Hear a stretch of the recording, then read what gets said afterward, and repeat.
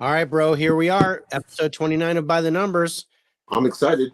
Oh, me too. Got 5 new movies to watch. Are you ready for this? I'm always ready, my friend. All right, let's do it.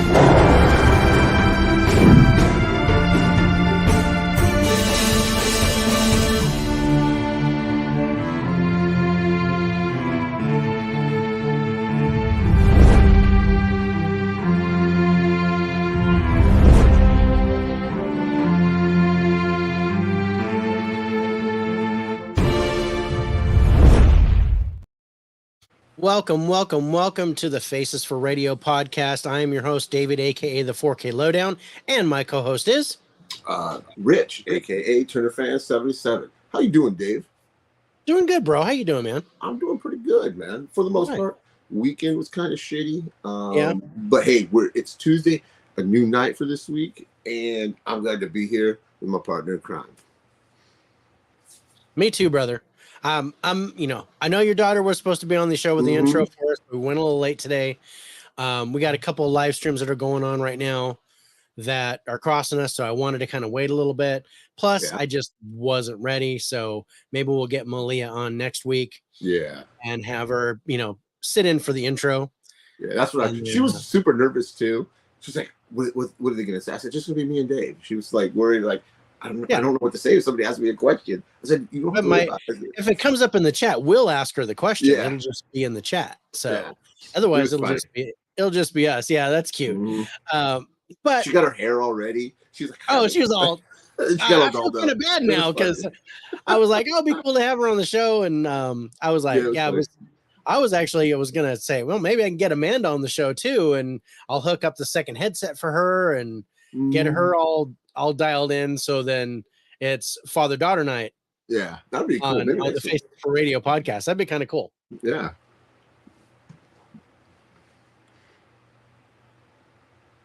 Really? What'd she say? She said, "I'm cute," and I go, "Really?" And she goes, "I'm attractive." She yells it across the room. Way to go, Dave. Well, hello, you're not dressed. You can't be up in my lap. You're just in your pajamas. You're in your pajamas. You gotta go night. It's almost Mimi's. Well, guess what, guys? We got a loaded show tonight. We had some good movies on here, and we're excited to talk about them with you guys. Yeah, totally loaded show. Yeah. What was that? That was a bomb. Oh, I didn't hear it. Yeah. I'm gonna make this louder. Hold on. There it goes. That guy's kind of fitting for one of the movies. For one of the movies, right? Yeah. And then. Mm-hmm. Yeah.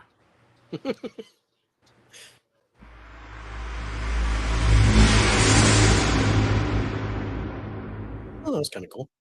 Yeah. Got some little sound effects that I can throw in here.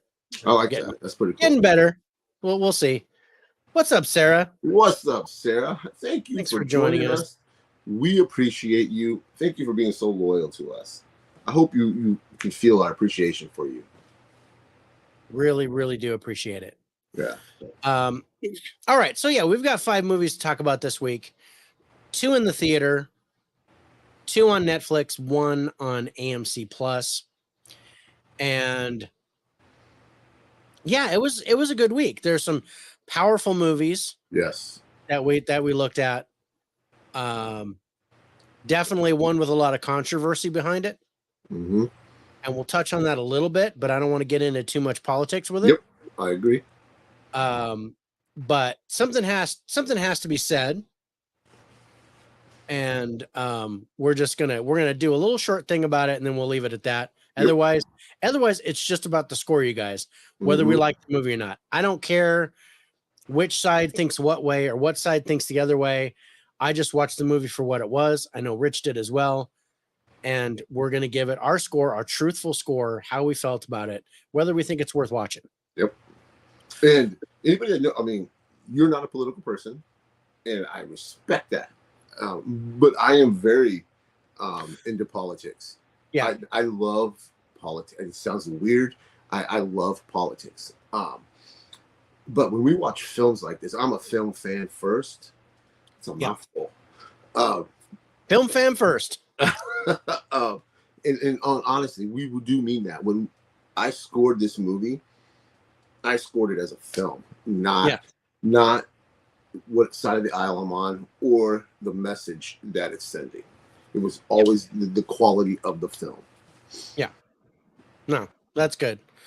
Because I wasn't going to watch this film because of the politics behind it. And it's not that I'm not a political person. I just don't believe in the system. I don't believe the system is right. And until someone or something comes in to change that, then that's just going to be my viewpoint. But I have the same. I don't like to talk about politics. I don't like to talk about sexual orientation, and I don't like to talk about religion, because I think all three are very touchy subjects that can be taken the wrong way. And you know what, David, I respect that so much, and I would never want to make you feel uncomfortable. You know what I mean? With the topic. I appreciate that, bro. And I mean, it's not that I just, I don't want people to know my view unless if they come out and ask me, I'll tell them how I feel. Right. But I'm not going to sit there because people, usually lean one way or the other. Yeah. Whether it's religion or politics or sexual orientation. And that can trigger an unhappy response. Let's just put it that way. Mm-hmm.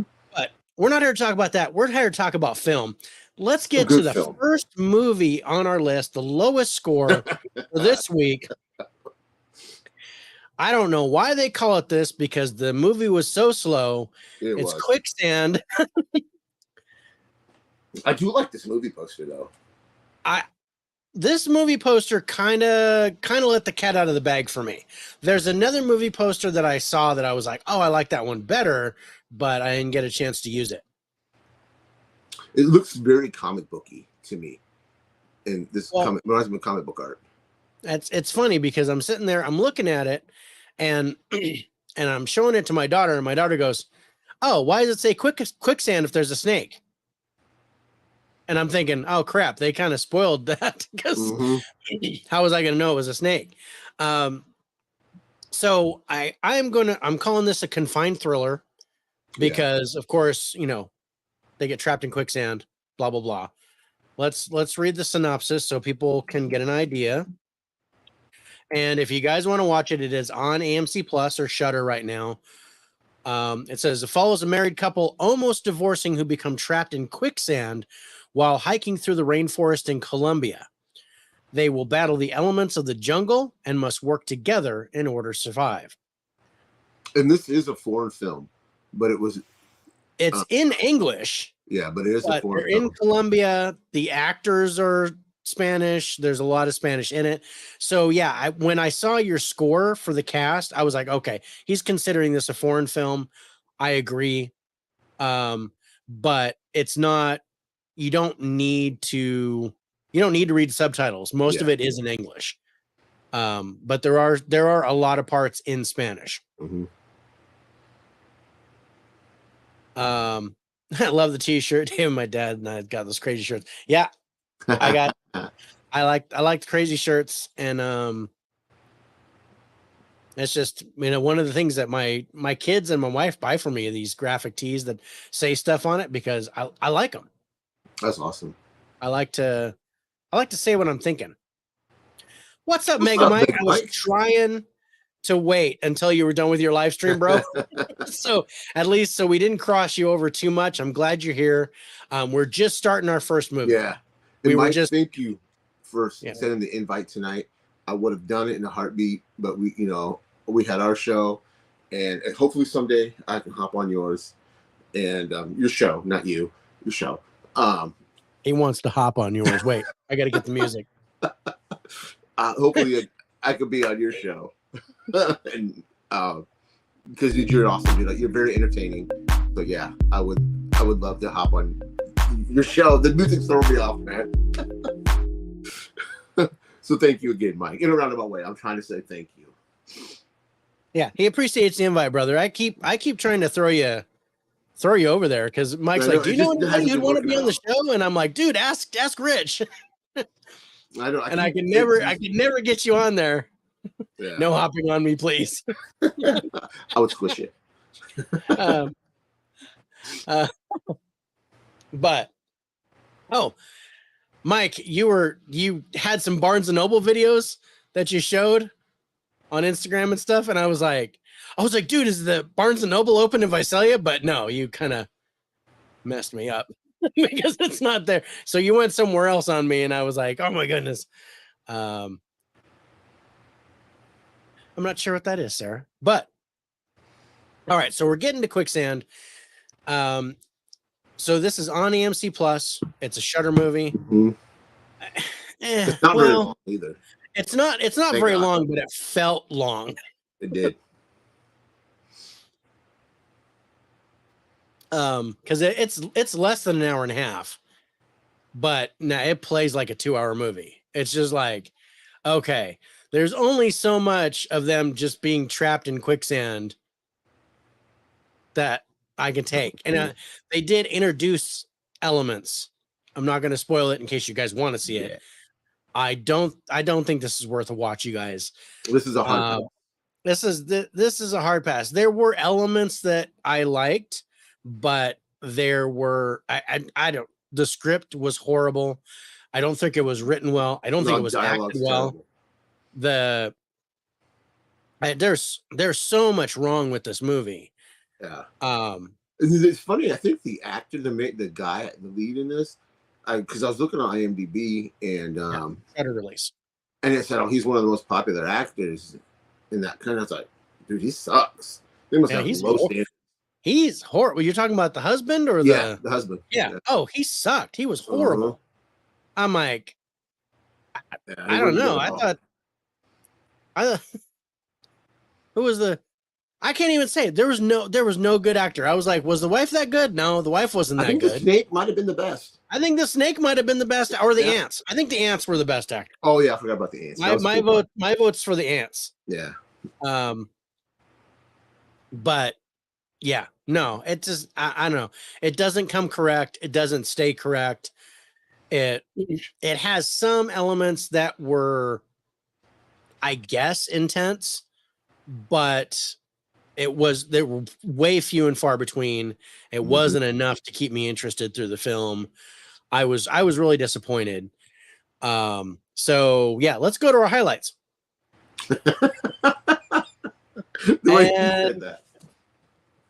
So yeah, as that being said, so yeah, you gave the plot an 8, so you liked the trailer. I did. Remember we saw the trailer, and I really liked it. I enjoyed the trailer too. I gave the trailer a 7.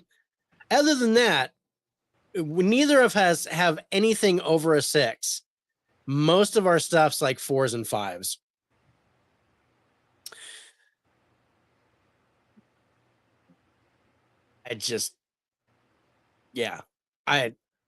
I don't know.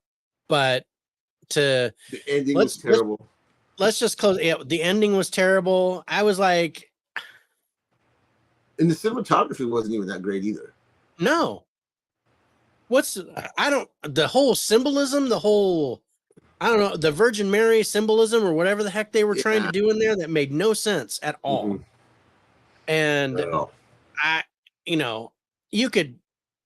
it's so funny. You could tell, because the whole thing was they were getting a divorce. So they were, the wife especially was really short with the husband and accusing him of everything. And even in the midst of all this crap that they're going through, she's still blaming him for everything. But I didn't even feel that. I didn't feel that chemistry. The only thing they could do is hate each other. for real, or give me a little bit of hate. But it was just I don't know. Yeah. It was like I don't know. It was like spooging in your pants before. It just didn't. It was like, oh, really? I didn't know. Not worth it. So not at all. Going to the final scores, IMDb gives this thing a 4.3. Rotten Tomatoes critics score 38%. Audience score 19%. Wow. Rich, you and I both gave it a 50. Maybe we were too generous. I think we highballed it a little bit. I think it's because of the trailer. Yeah. The trailer saved it. Otherwise, this would have been like mid-40s tops. Yeah. Because the trailer grabbed us both. We were like, oh, we have to see it. I was like, oh, this trailer looks good. We should check this out. And yeah, because we were both like, oh, all right. Yeah. But yeah, no, I think we've been spanked one too many times by Shudder with their trailers. Yeah, we have. Yeah. And it's just, and I got one picture. Yeah. And that's pretty much how I felt through the entire film. They could have just both died in like the first 20 minutes, and I'd have been okay with it. I would have been fine. And the movie could have ended. Or have more dudes get killed. Just have them just keep coming. And just bodies pile up. That'd be great. But no. It's not a horror movie. At best, this is a thriller. But yeah, I just steer clear of this unless you're desperate. Unless you want to watch a movie not to act. Yeah. I haven't seen too many movies where Quicksand is supposed to be the killer, and they didn't even do that right. Yeah. All right. So let's move on to our fourth highest movie, and the second movie we're going to talk about, and that is The Tutor. Yeah. Okay. I knew I recognized that dude from somewhere. He was in Garrett Hedlund. The older, the Tutor. Yeah, The Tutor. Yeah, he was in Tron. Yes. And then he was in this movie, I forget what it's called, but I really liked him in it. I think he was a country singer. But then I hadn't seen him in anything until this. And that was years ago. I've seen him in commercials. See, I don't watch commercials. But yeah, I still do the TV. I still watch TV. So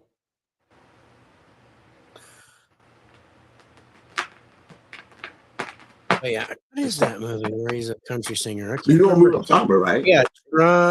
He was in Four Brothers. That's the one I remember him in. With Mark Wahlberg and Tyrese and all that. He did Tron Legacy. I guess that's On the Road. Maybe I don't know. I don't remember what it's called. I don't recognize that movie, but I thought he was in. He's done a lot of TV series recently. Yeah. Triple Frontier. Yeah, Mudbound. Not a whole lot of major stuff with him, but I recognized him. I knew his name. So it did grab me a 2-point bonus for that. Yeah. And although she has the personality of Wet Pasta, Victoria Justice, who plays the girlfriend, she was like a wet paper towel through the entire movie. And I'm like, and I remember her from Victorious, where she's singing and all the crap, right? Because my daughter watched that all the time. Let's read the synopsis on it. This says, follows a tutor who, after being assigned an unexpected task at a mansion, finds himself struggling with the obsessions of his student, who threatens to expose his darkest secrets. Okay. I'm going to say, I hated this movie at the beginning. I was ready to shut it off. I was like, dude, this movie is not interesting at all. And what's up, Mike? What's up, Michael? How you doing, man? Good to see you, brother. And we got Mike next Thursday. Yeah. For his high five. And can't wait for that. Friday, Friday after that, or the next day, we'll be doing the day after your high five. The day after your high five. See, I just can't speak tonight. I got you, brother. we're doing episode 4 of we're not even supposed to watch this today, and it's going to be Dogma. Just to give you a heads up. Yeah, and I'm going to be on it. I'm joining. Because that's one of the Kevin Smith movies that I like. Yeah. So you'll see me from time to time on that show. Yeah. Make a guest appearance. Okay. High Five and Dogma in the same week. Let's go. Yeah, totally. So look, yeah, the first, I'm going to say 2/3 of this movie was like watching paint dry.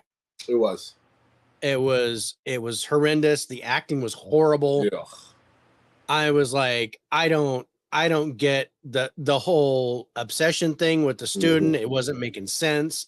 But then when you get that little tease of okay, there's something there. Yeah. I like that. Once you get that. Yeah. I was like, once the twist happens, once you start seeing, okay, wait a minute, something's up. I didn't like the cousin. I know that's Johnny Weston, I think is his name. I didn't like him. And I didn't like him either, but he did Project Almanac, and he was in one of the Divergent movies and things like that. So I did recognize him. But yeah, I didn't like him. I didn't like the other girls. It was like the whole first half of the movie was just dog crap.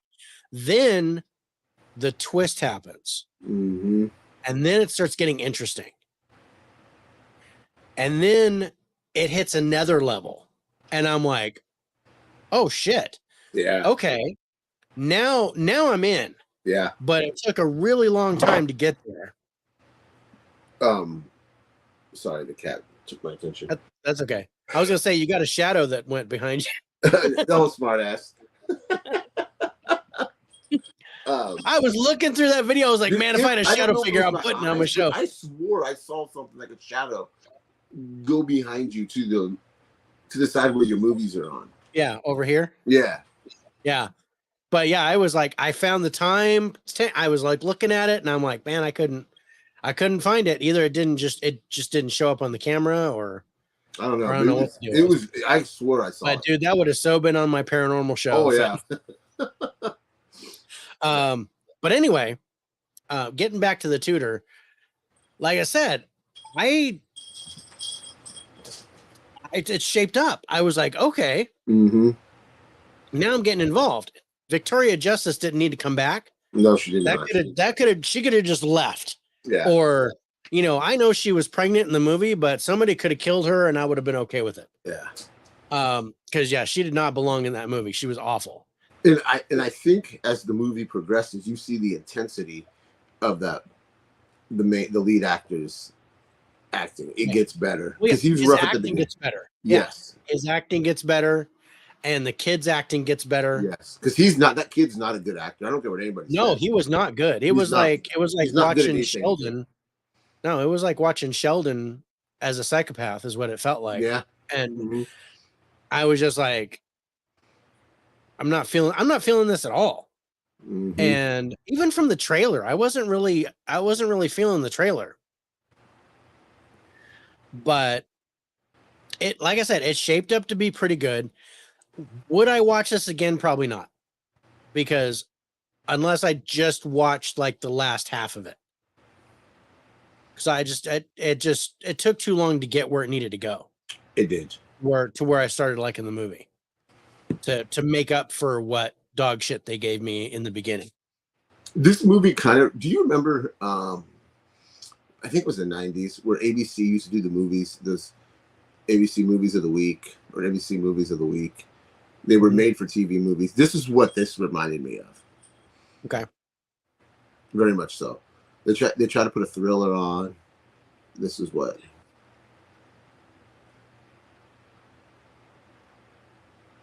Yeah, he sucks.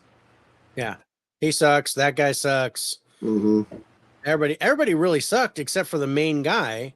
Yeah, and he sucked until like the twist happens. Until he started getting interesting. Then I was like, okay, now he's feeling his character. Yeah, I was digging it at that point, but yeah, I don't know. I wonder if this movie, they wrote the first half of the script or started filming and they're like, this isn't working.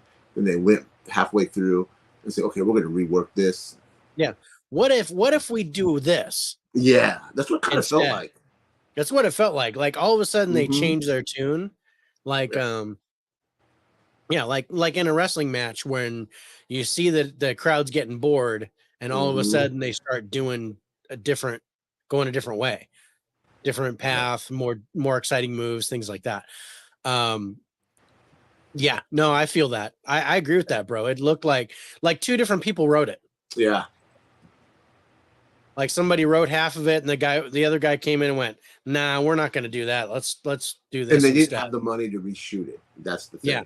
So we'll let that first part go and we'll put a twist here in the middle and have it go a complete 180. And yeah, no, I agree with that. That's a good point. I can't recommend this movie. Like I said, I liked it, but it took too long to get where it needed to go. Yeah. But I did give it a decent score. So let's go to our highlights. You gave an 8 to the story. That was your highest score. Otherwise, 7, 6s, 5s, and a 4 for cast. I gave 8s to the plot because there was something I liked about the plot. And for the life of me, I can't remember what that was now. And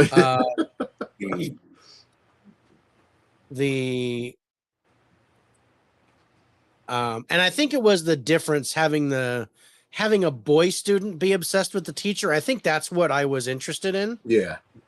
Usually it's always a girl student, like the Crush with Alicia Silverstone and things like that, to where the girl has the crush and is like the psychopath. But in this one, the boy has the crush on the boy teacher and has kind of an obsession. And I thought that was kind of an interesting take. Yeah, I agree. But yeah, I just didn't like what they did with it. And then I gave 8s to the plot, the ending, and the story. I liked how it ended. I dug it. I was like, oh, okay, cool. It didn't end the way I thought it was going to end. And I like that end shot. Yeah, the end shot was good. So all in all, not bad, but not something that I would go and say, dude, you got to go see this on Netflix. But if you guys feel so inclined, it's on Netflix right now. Again, I would call this a thriller, not a horror movie. Yeah. Was it labeled? Did they try to market it as a horror movie? They market it as a mystery thriller. Oh, okay. So this is definitely a thriller. It's definitely a thriller. If you can get that first hour, 45 minutes, there's some meat on the bones. Yeah, it's an hour and a half long. So if you can get through the first 45 minutes of it, then it shapes up. What's up, Spicy? We appreciate you. Thanks for jumping in, bro. I know you were on another stream. So was I. I was trying to not cross with Dell or Mike or Bob with their shows. So I think we'll start to see people trickle in here. Okay, good. But anyway, let's go to our final scores on the Tutor. IMDb is giving this a 4.8. Rotten Tomatoes critics score 18%. Because I think they shit on it a little bit. Audience score 40%. You gave it a 56. And I gave it a 64 for a total average score of 60. And that takes our number 4 spot. Nice. Pretty cool. All right. So let's go to our number 3 movie of the week. And this one just came out on Netflix, you guys. It is Friday. They Cloned Tyrone. This was a fun movie. I enjoyed this. This is I put this in the so bad it's good category. Yeah. It was nice to see John Boyega. I didn't even know that was him at first.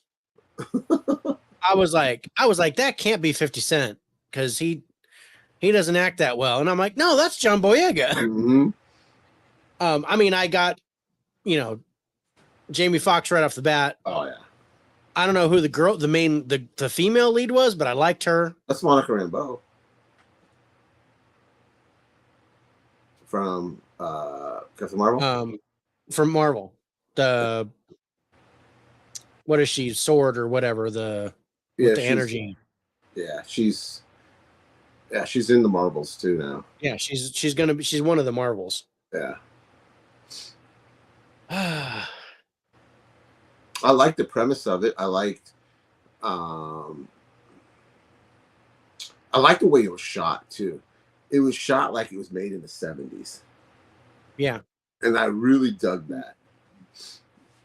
I liked it too, but there's something that really bugged me about it.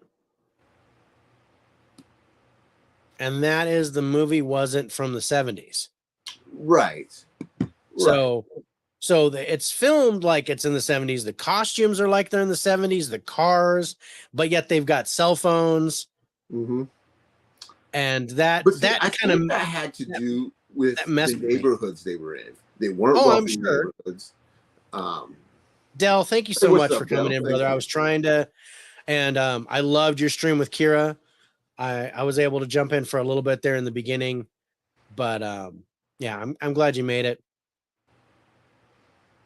So that was my impression, is why everything looked retro, is just because they were exploiting the poor neighborhoods. Yeah. Okay. It bugged me. I didn't. I'm not lying, but it was fun. I had a fun time with the movie. It was the most fun I had all week with these movies, and that includes Harrison's movies that are coming up on Thursday. Harrison's movies ain't fun. Harrison's movies were not fun. Yeah. I'm glad you had a blast. I can't wait to have Kira on our show. Which, I hope that Mika's told her, but I don't want to spoil that. But yeah, hopefully in October we'll get them both on, and we'll have Double Trouble with Faces for Radio, and we're going to do a high five horror movies. That's going to be fun. Yeah. I can't wait to talk horror movies and tea with them because they love their tea like I do. So, anyway, so yeah, I had my issues with the movie, but I had the most fun here than I did with any of the other movies. So the synopsis reads: a series of eerie events thrusts an unlikely trio onto the trail of a nefarious government conspiracy in this pulpy mystery caper. That's horrible. Basically, and I'm going to say it behaves like, gang violence, which I'm not a fan of. Mm-hmm. So that bugged me. And then something happens and you go, okay, wait a minute. Mm-hmm. And that pulls you right in. That sucked me right in. Mm-hmm. I was like, wait, how did that happen? And I hope you do get a chance to watch it. It's worth a watch, bro. It's definitely worth a watch. And another thing, this felt very. I remember when Dell was on last week's show of his High Five. We talked about black exploit. How do you say that? Black exploitation. This came off like the way it was shot and stuff, and the music in it. Yeah. Yeah, that's just, I wanted to throw that in there. Yeah, and I mean, I don't know, it definitely led to a question. I mean, you can tell by the title what's going on. Yeah. So, but, it begged a question all the way through the movie up until the very end. Where the hell is Tyrone? What the hell is up with Tyrone? But you do get that answered, but it doesn't have anything to do with these three guys. So, not directly anyway. But anyway, you got Kiefer Sutherland in here. Yeah, I didn't expect where the hell did that come from? Yeah. And I liked his character. It's like, that's kind of I did too. I was like, oh yeah, that made total sense. You got David Allen Greer, who's the preacher. Yeah. And that was hilarious. Another callback to Dale, one of his movies. Yeah. Which was, A Soldier Story, which had David Allen Greer in it. But he wasn't that good. He was good here because he didn't have much of a role, but him as the preacher man, and he was doing his preacher thing. I was funny. I dug that. But yeah, there were some weird scenes in this movie. Oh, the laughing, yeah. And it was weird. Yeah. But I'm looking at this and I loved the costume design and the colors. Look how the colors are so awesome, and you can tell how they're so different, the three of them. But it's funny. This image does not throw that image back up. Okay, that image right there is not how that movie looks. You know what I mean? Yeah. Because there's a filter over the movie, the way it's shot. Yeah, no, there's a crisp. This is the crisp, clean image. There's a haze. Mm-hmm. A Kiefer Sutherland sighting. Wow, I know, right? Yeah, he's totally in this movie, but yeah, no, there's a 70s haze that's on top of this that I liked. That puts like a grain. I did enjoy it, but I don't know, make it a 70s movie. But I guess you can't do that with the sci-fi element. I mean, they could. They could say they did. It could. It'd just be more sci-fi-y, but I don't know. I enjoyed it. Not quite as much as you did, but like I said, it was the most fun I've had all week.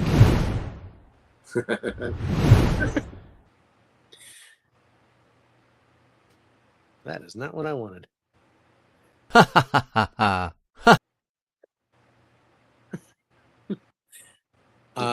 score. Yeah, I give it a pretty good score. You did. You gave it a really good score, bro. Sure. So let's go to our highlights for it. You actually threw some 10s at this. You gave a 10 to the cast, the story, and the cinematography, which I really liked. Yeah. I gave a 9 to the music. That was my highest score. So I really like the soundtrack to this. Yeah. I did too. We both gave 8s to the ending. I actually gave an 8 to the cast. And then you gave 8s to acting and plot. Oh no, I gave Yeah, no, I gave a 7. No, I gave a 7 to the acting. I gave a 5 to the plot. I did not like the trailer for this. The trailer did not impress me at all.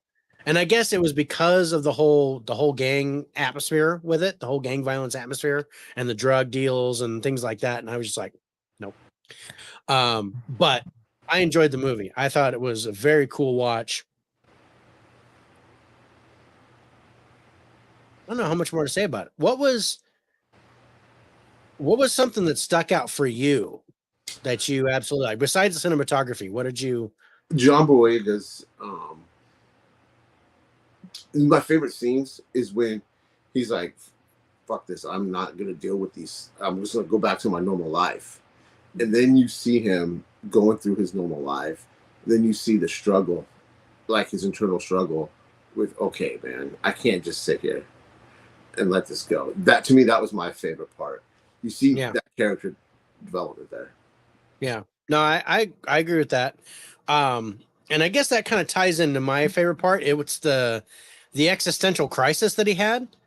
Like, if I'm a clone, I'm not real. So why am I doing this? And why am I the cause? Why am I doing this to this town? And it was just kind of like there was one point where he kind of gave up on everything. Yeah. And I think my favorite part was with his mom. When you get the truth about his mother. Oh, about the behind the door. Yeah. Yeah. Yeah. That I knew it right off the bat. As soon as it started to play out with the sci-fi element. Yeah. I don't want to spoil it too much because I want people to see this. As soon as that played out, I was like, oh, I know exactly what's up with the mom. And then that was a stunning moment for him. where he had to deal with that. And you could tell that John Boyega is a good actor. I liked him in the Star Wars movies. I thought he got shafted in the last one, I think. Mm-hmm. Brian says, and Brian, welcome to the show. Haven't seen Kiefer in a movie recently, but his show on Paramount, Rabbit Hole, is good. I've heard about Rabbit Hole. I haven't seen it. But yeah, I liked him in the Star Wars movies. He was in something else I liked too, and I don't remember what it was. But yeah, he was fantastic in this. I liked him in the second Pacific Rim. It wasn't very good, but I liked him in it. Oh yeah, he was in that. I forgot about that. Yeah, I dug that a little bit.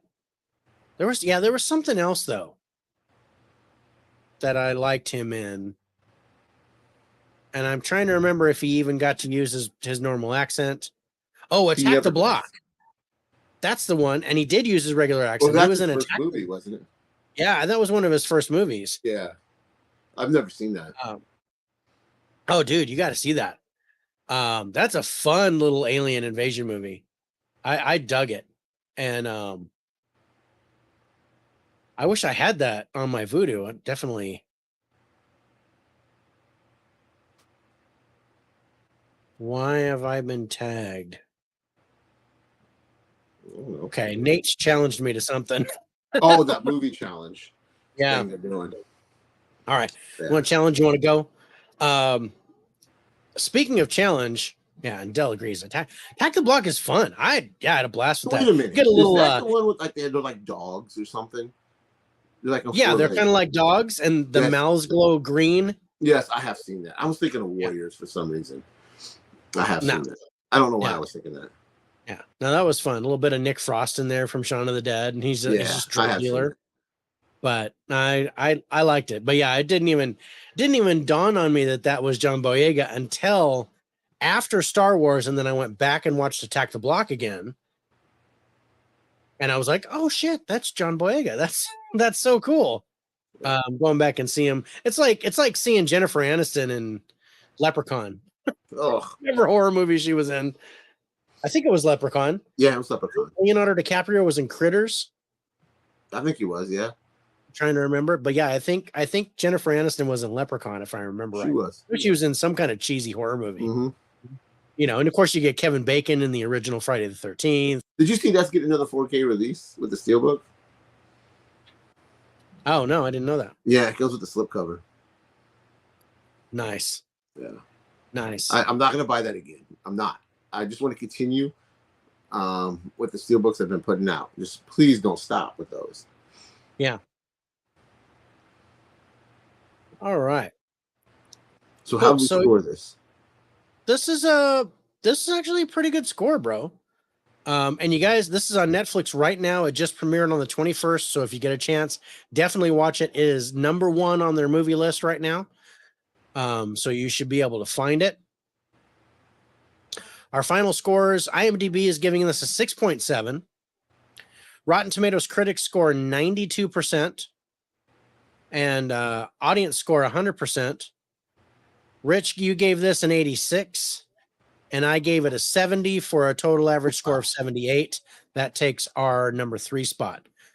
Like I said, there were problems I had with it, but all in all, it was a fun movie. I enjoyed it. I'd see it again. Yeah, me too. I'd watch it again. If this got a physical release, I would eventually add it to my collection. I don't know if I'd buy it on physical, especially if I still had Netflix. If it came off of Netflix, then I'd probably get it. But it's fun. It's got good action. Yeah. It's funny. Yeah, it's pretty good. So I think the new Friday the 13th comes with the vinyl of the soundtrack. Ooh. Me likey. Oh, I don't know about that. I just saw somebody posted the picture. I think it was Dawn of the Disc or something like that. Or Steelbooks or something. Posted it and it showed it almost looks like a Lionsgate Steelbook. All right. We got 2 movies left to show, bro. Both from theaters. Both from theaters. So our #2 movie this week, second highest score, is The Sound of Freedom.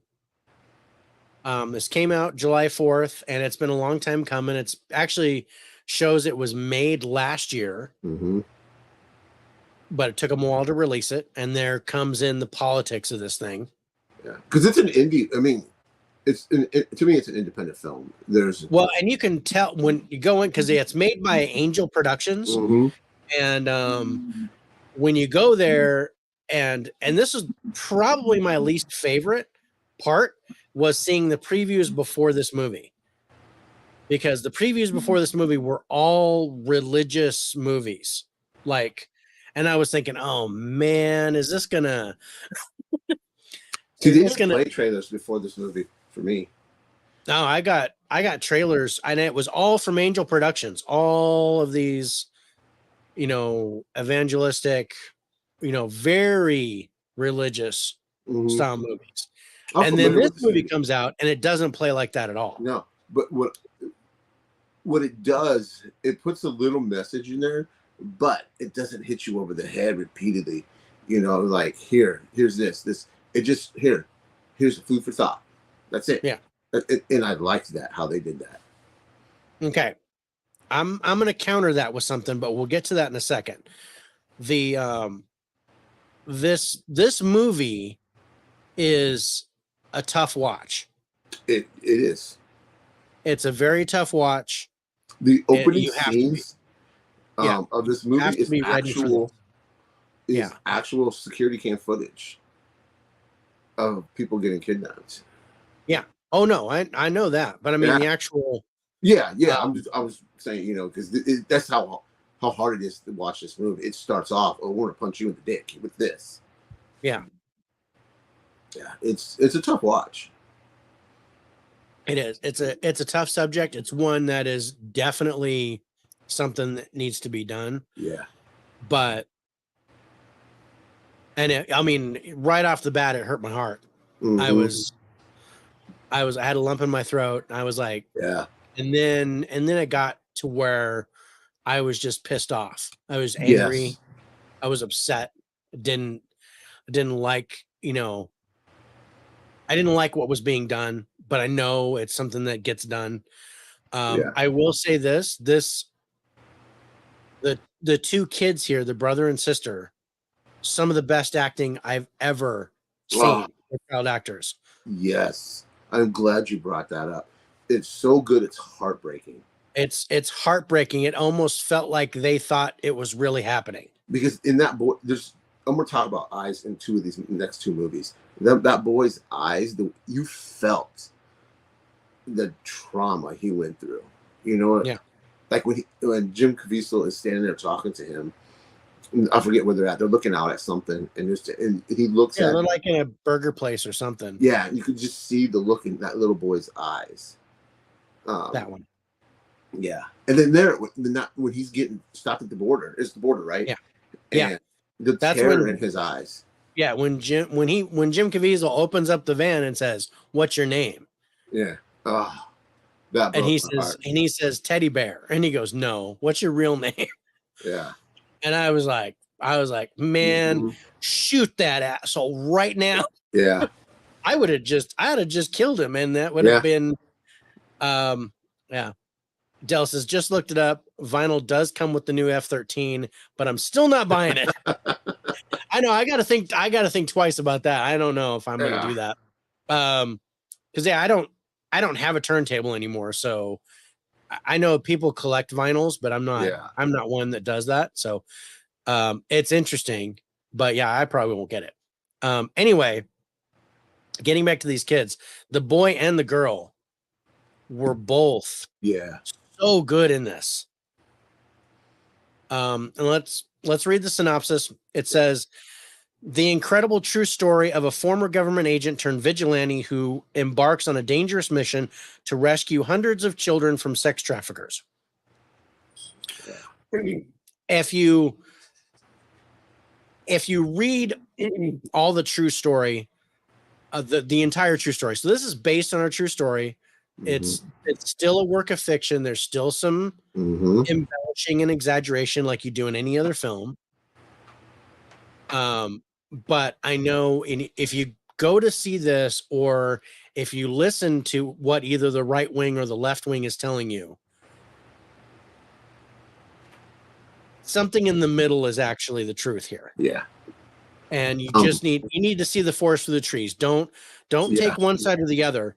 Just go see this movie. This is where me and you totally agree. Yeah. Don't listen to, like I stated earlier, I'm a very political person.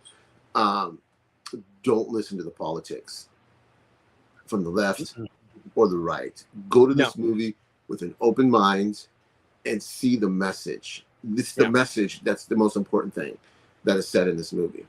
And I'm going to address something that I keep seeing and hearing and people complaining about, which doesn't make sense to me, is people are complaining that churches are buying renting theaters to see this movie, which I don't have a problem with that. No. Because, hey, this is a movie, that the subject matter is tough, but it still has a good message. And I'm going to say, because my daughter owns a theater, or doesn't own a theater, she runs a theater. And she said the people were coming in droves. Like this was she said she waited like it was a nerd Star Wars. That's what she said. She said, Dad, these people are coming like they can't. She said they were selling out shows left and right. Yeah. And she said the theater was packed when we went in there. We had to sit in the front row. Yeah. And she said that I hadn't seen something like this. That's not like a geek movie. Yeah. She was really impressed. So there is something about this movie that can be said. And I think a lot of it is the hype behind it. Yes. With what the left and right are saying about it. I think that's drawing people in, just that whole publicity of it. But she's seeing repeat viewings. She's seeing people she said it felt like Jesus Revolution. Because we talked about this. She said they're bringing people. She'll see a couple come in, and then she said they will bring another couple, and then she'll see that the people will just keep coming, and I think that's great. Yeah. I know. I can't. Yeah. I hate watching from the front row, bro. It was. Wait till I tell you a story about Oppenheimer. Oof.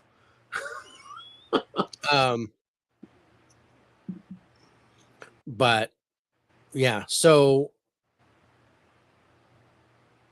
I'm gonna say that there's a message that happens at the end of this movie. This is not a spoiler. This is during the credits at the end. Did you see this? Remind me. Okay. And this was I can appreciate this for what it is, but this is where I had a problem. And before I get into that, I'm going to say, what's up to Culture? Thank you so much for joining us, brother. So during the credits, so the end credits are rolling,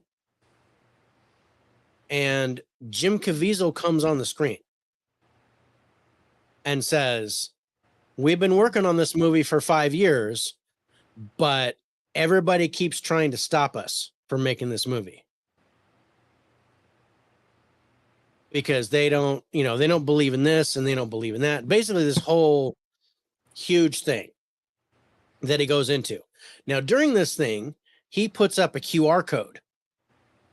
And this QR code basically says that you can donate a ticket to somebody or just donate money to the cause, to, Angel Productions or whatever, and what's going on. But with that, people, they're giving out free tickets to people if they go to this website. But it's really not free, because if you're donating money, you're still paying for that ticket. It's still but somebody else who doesn't afford a ticket or doesn't want to buy a ticket can go to this website and get a free ticket. But it's also like a gift certificate.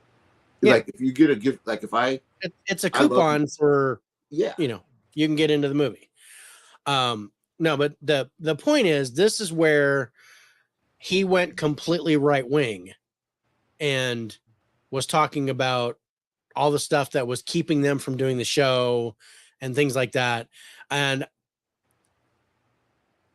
there were some parts that I didn't appreciate, but it's something that you can watch or not watch. That's up to you. But yeah, I didn't at that point, there were people that just walked out of the theater. And then there were people that stayed and just like standing ovation, clapped. And that's my wife and I stayed. My wife and I stayed for the whole thing. And then we got up and walked out. But it was just really interesting. Down culture talking to each other. But I don't know. But then the whole crap about Jim Caviezel being part of QAnon and you know, the government, people high levels of government are all pedophiles and that kind of stuff. I don't want to be involved in that. But this movie is definitely worth seeing. You guys, I recommend this. Me too. But number one, don't consider it a full true story. Number two, you can say that with any. You can say that anything that says based on a true story is not a true story. There's a little bit like Emancipation. Emancipation said based on a true story. The only thing that they had were the pictures of that slave. Yeah.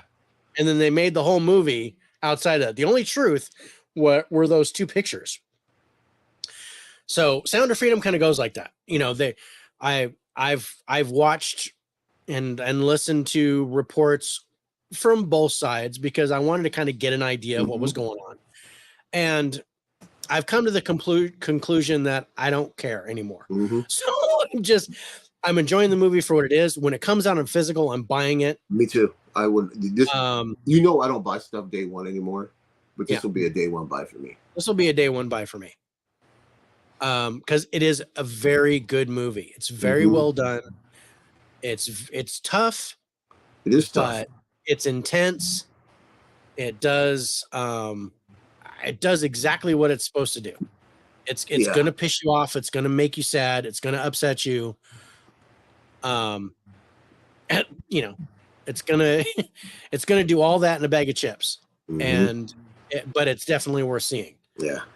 I like Jim Caviezel and Person of Interest. I love that series. That's one of my favorites. And I've never watched it. I've got that whole thing. So let's go to our highlights on this. And we scored it as a film. Again, we didn't score it as a film. Not right wing or left wing. Okay, so you threw 10s at the ending, the story, and the wild card.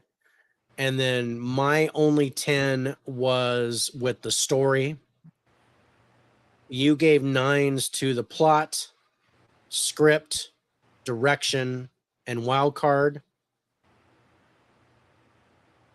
No, I'm sorry. That was mine. You gave script and direction for 9s and plot. I gave 9s for acting, ending, script, direction, and wild card.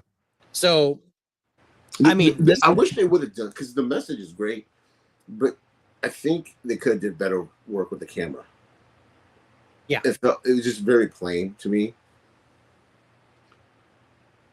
Yeah, I'm starting to get. I agree, culture, 100%. Totally. Actors' opinions are their own. I don't follow it because they say or think it. I totally agree with that. I think Brian, my point was that it shouldn't have been in the movie. Yeah. I mean, anyway. I can appreciate it, but I think he should have just said, "Hey, thanks for watching the movie. Here's a QR code. We're giving, if you donate money, we're going to give tickets to somebody who can't watch the movie on their own. Thank you so much for watching this. Really appreciate it. Tell your friends, blah, blah, blah." And he does say that, but he goes on to say how they were stopped right and left and how people were doing this and that with stopping the production. And I don't really care. But what if it did happen? Oh, I'm sure it did. I don't care. It's just, you know, production companies stop people all the time from making movies. I mean, I'm gonna go back to the remake of Red Dawn. They stopped production on Red Dawn because they said it wasn't going to do any good until Chris Hemsworth did Thor. Yeah. And then they went, oh, now we've got to release it. Well, remember they threw a fit too because was it China? Whoever it was. They were going to do China, and they're like, no, change everything to North Korea because China's going to kick our ass. Yeah. But as I was saying before we got wrapped up into that, I don't know if I'm getting more pickier with our camera work because again, we watch so many movies. And I've got you thinking about the camera work every time. Because it seems lazy. I don't know if that's the right word. Well, you know what it seemed like to me, and you gave we both gave the cinematography a 7. Do you remember the movie Act of Valor? And that was the one with the actual Navy SEALs doing the movie. That was a Clint Eastwood cinematography in there was just kind of, Yeah. It was like they were just following them doing the camera work, and this felt like a TV show camera wise. Yeah. There was no creativity with the cinematography or anything like that. But when we talk about the next movie, a whole different ballgame. Dude, we want to talk about the next movie, but let's go to our final scores on Sound of Freedom in theaters right now. IMDb is giving this a 7.9. Rotten Tomatoes critics score 70%. Audience score 99%. Rich, you gave this as 86, matching your Tyrone score, and I gave it an 83 for a total average score of 84.5, and that takes our number 2 spot. And I think that is a good score for this movie. That's a good score for this movie.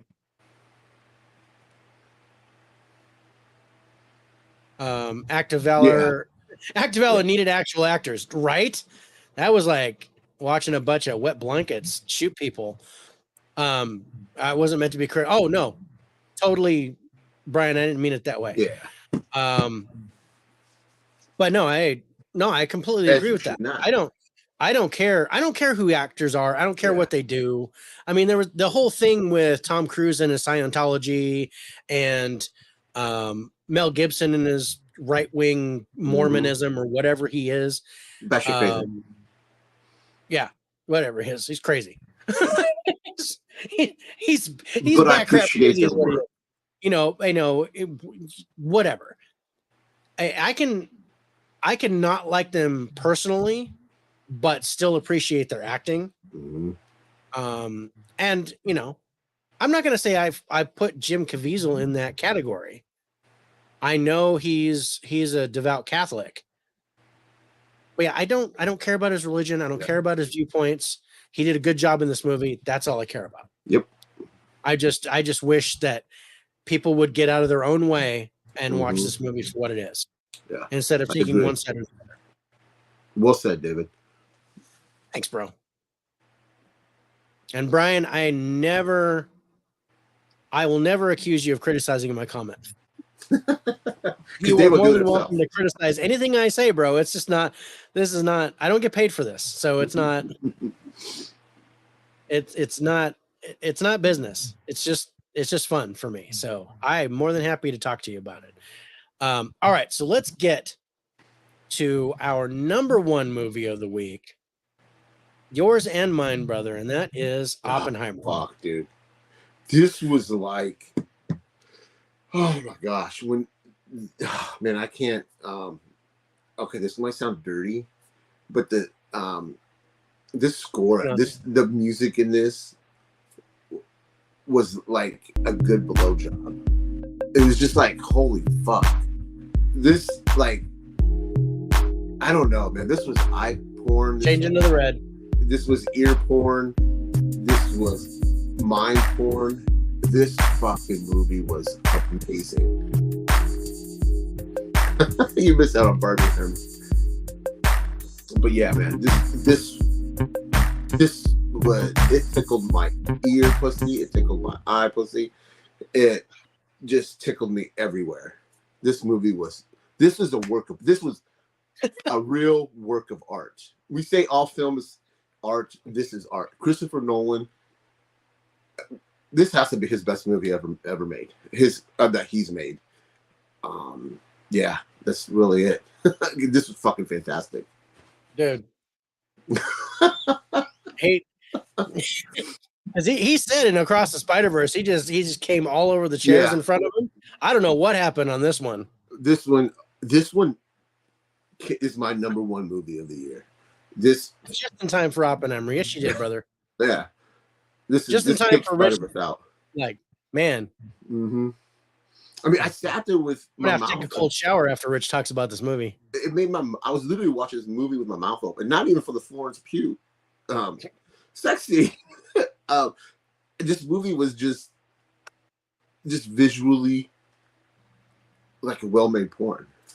Oh, it was, dude. It was so good. Mm-hmm. And yeah, this is something that one of my most anticipated movies of the year. It wasn't mine.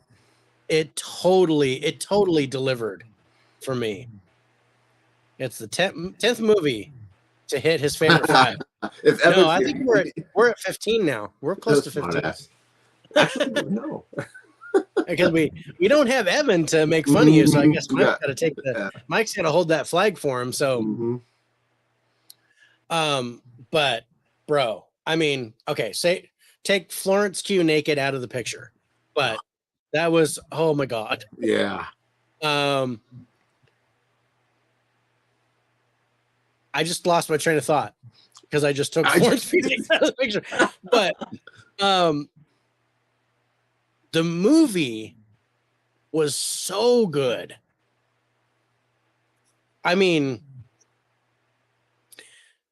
my only problem with the movie is that it was 3 hours long. It didn't feel like it. But it didn't play like it. The only thing I didn't like about them, I had to watch it by myself. So my wife got called into work. So I'd sit there by myself and watch it. So I didn't have anybody to talk to or, to react with, because usually my wife and I are like, well, did you see that? And, and I can get to talk to my wife about it. But dude, in anything, there's a scene it's like adding bacon to anything. Bacon, yeah. Florence Pugh is better with it. Naked. The opening scene of her in A Good Person. Oh, and she's not even naked in that. No, I loved her in A Good Person. She did such a good job. Mm-hmm. And I gotta say that is definitely one of my surprises. Yeah, me too. For this year was that one. But oh my god, this movie is like. What did you think of Cillian Murphy's performance? Cillian Murphy did a good job because I have actually watched an interview with Robert Oppenheimer, with the actual guy, and he plays the character really well. He told his eyes in this movie, man, told a story all on its own. Yeah. Well, yeah, because he's, I don't know, he's kind of autistic. He's kind of like Asperger's or something like that. He's very social anxiety, which is why he was more of a womanizer in real life, and he couldn't really talk to people normally, except to be like just completely brutally honest, which is why he got in trouble so many times. Now, my high point acting wise in this movie is Robert Downey Jr. He was phenomenal in this movie, and you don't really get that right away. No, you don't. Like, oh, Robert Downey, not until he's like, he does that monologue in between court hearings, and I'm like, dude, absolutely kills it. I hope he gets at least nominated for an Oscar for it. That's what I said in my review. He's gonna get nominated. If he doesn't win, that's a shame. And yeah, no, dude. I don't like him. I don't know if he's going to win. I think he has a better chance of winning supporting actor than Cillian Murphy would have winning actor. Yeah, I agree. Because I think there's a bigger leap from what Robert Downey Jr. does, because he's always fucking Tony Stark and everything he does. I don't care what anybody says. He is Tony Stark. His mannerisms, his tone, his pitch. Here he was not. Yeah. And that just sucked me in. Holland agrees. Cillian and RDJ were great. Also, and I'm going to say this right now, I think Emily Blunt deserves a supporting actress nomination. She was awesome. I was sucked in by her. She was badass in this movie, and she only spoke with her eyes. When that dude tried to shake her hand at the end, toward the end of the movie, fucking fantastic. She was like just daggers, and I'm going, dude, she's gonna kill you. Yeah. But the way that she behaved as his wife, so spot on. Yeah. She did a really, really good job. Yeah. I know that the story with Florence Pugh's character is important. I don't think they needed to do all of it, but I agree with what Christopher Nolan did with it. A lot of sucking going on with this one. I don't know what you're talking about. But whoa, Dave. Dave's starting OnlyFans soon. I'm getting my own Oppenheimer on. But dude, this movie's good. What happens to her, and then seeing Oppenheimer's reaction was fantastic. And to me, that was the first sign, or where I picked up on there was something like mentally wrong with him. Because I don't think a normal person like would react that way, you know. And then Emily Blunt basically talking him down, or saying, "Hey, get your shit in order." Yeah. She basically slapped him. It was like, without slapping him, you better come out of this right now. She's all, you're Robert fucking Oppenheimer, and you better you better shape up and get this done right. And Matt Damon was great too. Matt Damon was great. I can't say enough about the cast. I think the whole cast did an amazing job. But that's Christopher Nolan pulled these performances out of him. Yeah. And can you name another filmmaker right now that could get these performances out of his actors? Right now? No. I mean, this is like Scorsese, Kubrick, Coppola, like that level. I totally agree with you. Maybe Spielberg, but Spielberg can't do it anymore. No. He just taught a class on how to make a movie. You said suck me in a very suggestive way about Emily Blunt. She can suck me in. Dude, you have no idea the level of crush I have on Emily Blunt. She's awesome. Yeah. Rich getting eye and ear horny. Dude, the music, the sound effects were brilliant. I loved how they just cut to it and how they cut away, and like you were hearing the sound of stomping feet towards the beginning of the movie, and you didn't know what it was. And then until you get to that part. And so there's foreshadowing a lot with the sound effects that you get later. So what you don't understand will come back later in the movie. And it's really well thought out by Christopher Nolan. He did an amazing job here. Do you think this movie is going to make $1 billion? No. Just because it's 3 hours. No way. Yeah. I think this tops out about 500. I don't see it hitting 600. I'm impressed that it was only $100 million budget, which I'm actually really surprised about. Wow. Considering what we did. I mean, and Mission Impossible was almost 300 million. And this is a better movie. Hands down. And I'm saying that, and I'm a Tom guy. Yeah, I mean, I loved Mission Impossible. Me too. But I really think this is a movie that everybody should see. Yeah. Because this is, and again, based on a true story. There's a lot of fiction here. There's a lot of exaggeration, a lot of embellishment. But there's also some truth that makes sense. And if you're coming in wanting to see Hiroshima or Nagasaki, you're going to be disappointed. But I like that they didn't show that, because Oppenheimer wasn't involved at that point. Yeah, and I think that was the coolest thing. Once he made the bombs and gave it to the military, he was done. He washed his hands, and they didn't tell him shit until he didn't know anything until the bombs went off. Did you? Okay, now I don't know the story of this Robert Downey Jr.'s character. I'm gonna look into it. I know there's a great documentary on Peacock I want to check out. But there's a foreshadow, and I don't know how accurate it is. And you understand what I'm talking about? When he's got his confirmation, and someone stops him. One of the people, he asks who is one of the people who voted no, and then his aide says there's a young up and coming.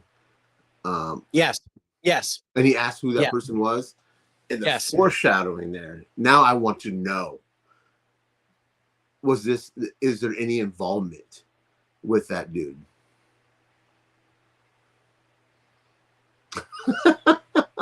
I was, man. This movie, this is a work of art. This is a masterpiece. It's really good. Yeah, I would say in the last 2 years that I can think of it. This is the best movie made in the last 2 years.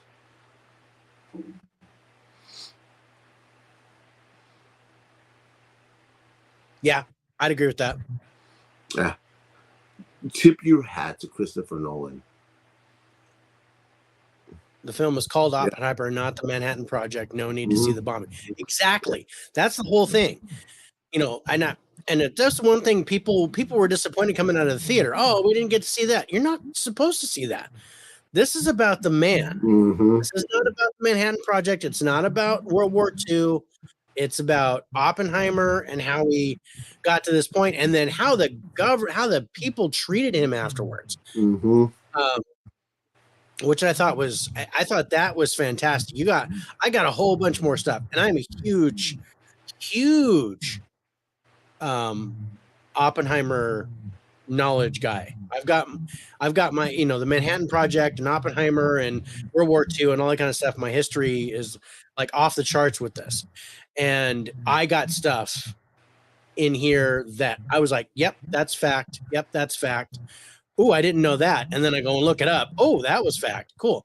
I think Christopher Nolan really thought this through and did a really, really good job. I remember too many reboot sequel lately, not worth a while other than Sound of Freedom and Angel Studios. Okay. Bubba and this movie. I think I know that we're in the age of sequels and reboots and stuff, because unless you have the name on it, it's not going to make the money.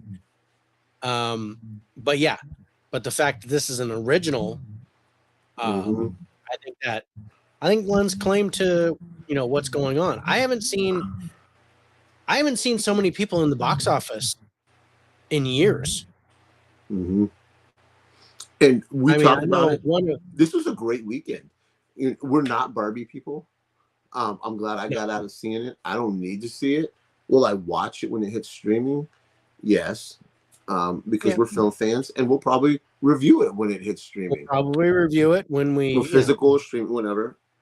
But to see the droves of people going out to see Barbie, going out to see Oppenheimer, is great for movies. Mission Impossible. Yeah. Across the Spider-Verse. Guardians of the Galaxy 3. I mean, all that stuff. It started to build. Yeah. And I got to tell you, I went to the theater yesterday for the Mystery Movie Monday, which I got to see Gran Turismo. And there was a line to the door at the concession stand. And I had already bought my ticket, so we just walked in and watched the movie. And the theater was packed for a mystery movie. Nobody knew what it was going to be, and the theater was packed. So, and that's the first time it's been like that in a while, like years. When I went to see Oppenheimer, we have these theaters. They're called LDX. They're heated, reclining seats. Lucky. And a nice screen, crisp sound, and I'm happy if my seat is sticky when I sit in it. That's what she said. So I went at a 3:00 show on a Friday thinking all these motherfuckers will be at work. I'll have a nice... No. I couldn't. No. I had to buy in the handicap section. I had to buy a ticket in the handicap section because all the seats in the front, like front of the screen, like front row, all those were full. And I think all but 3 seats were open for the time slot I wanted. And I was like, wow. Yeah, I went to the first showing of this at 10:40 in the morning, and the theater was packed. That's awesome. I was sitting in the corner of the front row. Oh man, how did you do that? It was not pleasant, bro. For 3 hours. 3 hours, I'm like this, right? And the lady next to me is going, and I'm like, dude, I can't see this. You saw Gran Turismo? Yeah, I'm looking forward to seeing that. That'll be coming up in August. That was fun. I enjoyed that a lot. It's not what I expected, so I was really happy with it. All right, so let's go to our highlights for Oppenheimer. Now that we're done creaming on this thing. So you gave 10s to everything except for the plot. I did, man. I was not looking forward to this movie. I mean, I take that back. It was a Christopher Nolan movie. I was interested, but it didn't grab me. Yeah. No, I mean, cast, acting, ending, story, script, cinematography, direction, music, and wild card. I gave 10s to cast, acting, plot, cinematography, and wild card, and then 9s to story, script, and direction. And that's mainly because there were a couple of inconsistencies that I caught, but I think you really only have to be like a knowledge of Oppenheimer and the history behind it in order to catch it. But they were just minor things. Last time me and my cousin went to fully packed movie was Semi-Pro. Got free tickets, filmed in my state. Oh, cool. Oh, cool. That's the Will Ferrell movie, if I'm not mistaken. This movie had me on the edge of my seat like a thriller. Definitely a lot of wild cards, naked and otherwise. Yes. Yes. And otherwise. Naked and blunt. Man.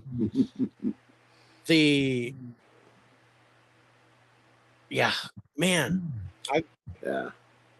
If you go see one movie this year, this is it. And this is the year that had Spider-Verse come out. I know, and you creamed all over Spider-Verse, bro. And this is a far superior film. Yeah.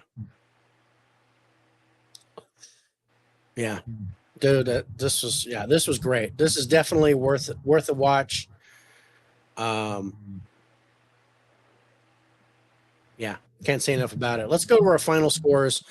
IMDb is giving this an 8.8. Rotten Tomatoes critics score 94%. Audience score 93%. You gave this a 98, Rich. And I gave it a 92. Total average score of 95, and that takes our top spot. Nate, what's up, brother? Seeing it Sunday in 70mm IMAX. I'm jealous, Nate. More power. Yeah, I would be willing to turn around and go see this again in IMAX if it wasn't a 2.5-hour one-way drive to get to an IMAX theater. My daughter's theater is getting it this week because I had to drive to another town to see it, and I think I'm gonna go see it again. Shoot, yeah, if you're going to your daughter's one, you don't have to pay for it. I know, right? If my wife wants to see it again, if my wife wants to see it, then I'll go see it again just to take her. But she was like, 3 hours. Nah, I'm okay. It doesn't feel like 3 hours. It doesn't feel like 3 hours. But dude, so good. New York. All right. Cousin got awesome. Sweet. That's cool, brother. Have fun and be safe, man. I'm excited for you. You got to tell us how it is. Yeah. Oh yeah, I got pictures. And I love that there's 3 stories going on at once. Yeah. And I loved how and I know you don't like black and white, but I like how they did I love the black and white element here. Yeah. I really did. I don't mind if there's black and white in the movie. It just bothers me if the whole movie's in black and white. Oh, dude. Because you went to the mystery movie too. I really enjoyed Gran Turismo. I think that's going to be a sleeper this year. I don't see any Oscars for it, but I think it should do well in the theater. I hope it does. Way too long for my brain, bro. We got started late. I'm sorry. And we have we're out here. So yeah, that's it. That's our movies. It's a good week this week. Well, let me tell you about next week. Yeah, let me pull up my list. I got to switch. Next week, we're going to be going on Tuesday again this next week. Yeah. Same time, same bat channel. We got Resident Evil, Death Island on Blu-ray. It's an animated movie. We got Big George Foreman. Yep. On Blu-ray. We got Talk to Me. It's a horror movie. Australia. And that's in movie theaters. A Beautiful Life, which is on Netflix. And Gray Matter. And I'll be putting up all these movies on the Faces for Radio page. So if you want to go watch these movies and be along with the chat with us. I'm getting really bad echo. All of a sudden. That's weird. I'm not hearing it. Okay. Are you guys hearing it? Well, anyway, I'll be putting all these movies up on the posters for them on Instagram, Faces for Radio, and This says you're starting to echo. Yeah. Okay. That means it's time for us to go. Yes. Well, thank you guys for watching. Next Tuesday. Right. Immediately following this, we are going to be live on Instagram for our after show to kind of talk about our movies and talk about what's coming up next week. So if you guys want to join us there, we will be live. Look for TurnerFan77's Instagram, and then I'll jump onto that. Or maybe you can go on Faces for Radio. Oh yeah, I don't know if you can jump on live with it because we don't have very many followers yet. But you guys check out the Faces for Radio Instagram and give us a follow. We would really appreciate that. Yeah. He says massive reverb. Thanks, Del. But we're going to get out of here. Thanks you guys so much for watching. Be safe. Take care. Godspeed. And we'll see you next Tuesday for By the Numbers episode 30. And then on this Thursday, we will be on for the High Five. Rich will not be able to join us, but I will have Harrison from Really Old Movies. And we're going to talk about his 5 movies that he picked. He'll have my scores. I'll have his scores. And we'll talk about them. But that'll be a great show. That'll be at 6 p.m. Pacific, 9 Eastern. So hopefully you guys can check that out. And immediately following this, check us on Instagram. We're going to be live on Instagram in 5-10 minutes talking about what we did tonight. But be safe, everybody. Take care. Guys. God bless.